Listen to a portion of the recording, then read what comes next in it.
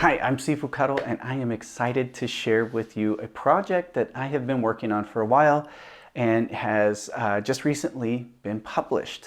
I co-authored a book with Grandmaster Doc-Fai Wong on the Yang style small plum blossom Tai Chi sword form.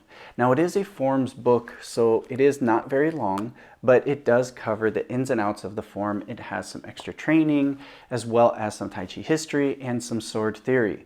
And I want to share some of my highlights out of this book so you can kind of see what's going on and some areas that I actually think are worth taking a little more time to explore.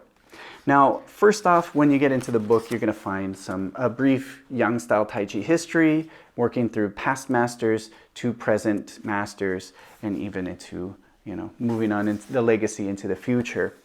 Now, once we're past that, we get into the Tai Chi principles. And I really like this section because it's not just limited to Tai Chi sword work. This goes across your entire Tai Chi training and can be applied to your hand forms and other weapon forms as well. Now, a lot of these are mentioned in the Tai Chi classics. These are just written in more relatable ways that you can find. So, for example, one of them is movements begin and end together. And a brief explanation of that is, think about the length of your arms, the length of your legs. It's not the same proportion if you're going to be stepping out short, if you're going to be stepping out long. If you have an easy hand technique or a short range movement, or you have a complicated hand technique or a much longer technique, you're going to have to work at varied speeds with your feet, your weight shifting, and your hands so that everything initiates at the same time and that everything ends at the same time. Now, a good way to approach these for your own training is to focus on solely one principle.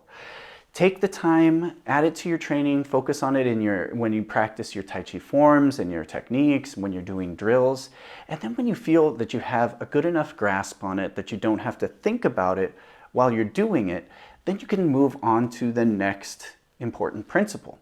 And again, this goes back to hand forms, but as well your sword work as you're doing it. Now, the following section is just a quick sword description, the Tai Chi Jian, and then looking at different gripping positions that we find in the Tai Chi form, as well as an explanation of the sword finger, which oftentimes gets overlooked. Many times just teachers say, just put your hand like this, do this, and then they move on to the more interesting sword techniques.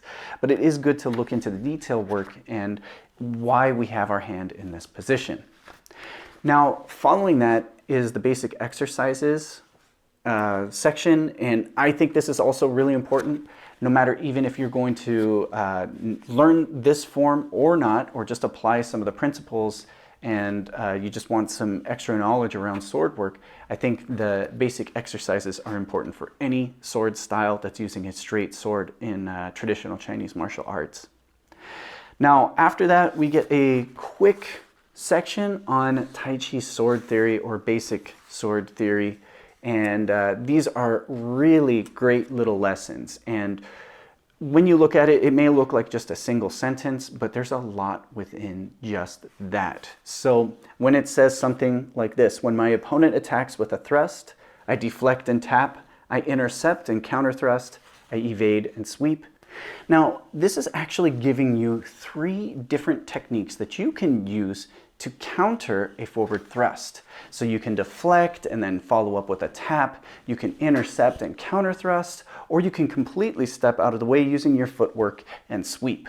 Now, of course, these counterattacks like the sweep, the counter thrust, or the tap, those can be any other technique as well. It just depends on your angle to your opponent and where your sword placement is at that moment, whenever you were able to receive, intercept, step out of the way, or deflect their attack.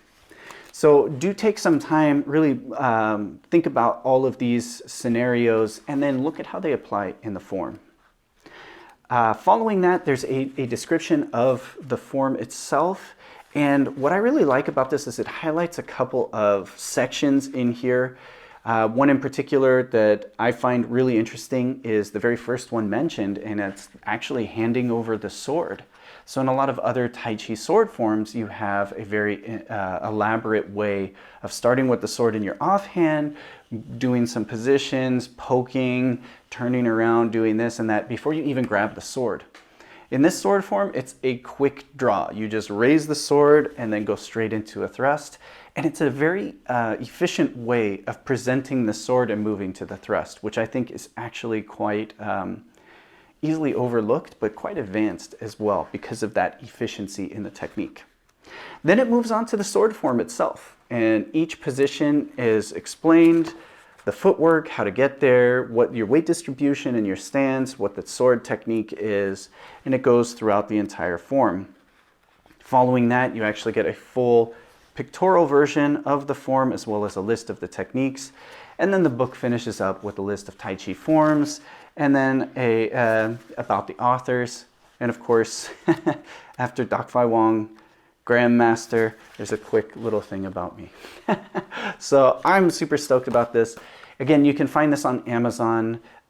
It's a great way to just look at Tai Chi sword work and a very good introduction. So if you are learning this form from the book, it is quite simple. You're just going to be moving in a straight line from left to right, a couple of times turning around, and then basically that's the entire form itself.